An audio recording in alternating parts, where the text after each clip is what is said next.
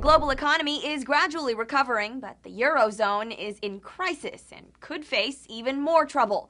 That's the word from the Organization for Economic Cooperation and Development. The euro area remains the single most serious risk to the global economy, and recent events have increased that risk. There must be a major rebalancing. Everybody must do something. Specifically, the OECD says the South must get more competitive.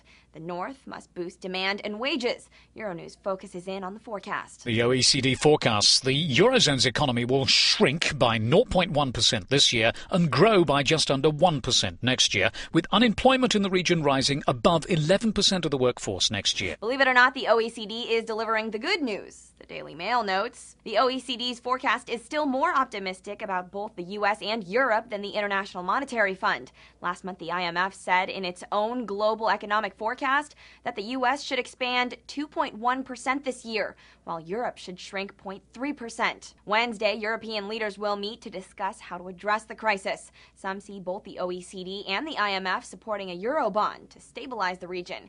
Analysts at the Wall Street Journal note neither the Eurozone nor the German Constitution currently allow for the measure. The things that people are looking for now are more along the lines of shorter-term issues, shorter-term fixes.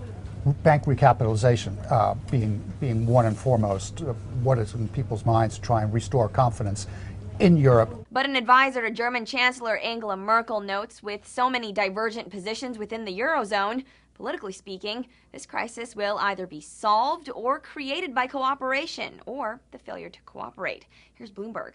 Well, austerity is certainly needed if you have high public deficits, but it depends on the degree. Once you are in a recession and you try to continue to raise taxes and reduce expenditures, the recession gets worse. For Newsy, I'm Christina Hartman. Multiple sources, The Real Story.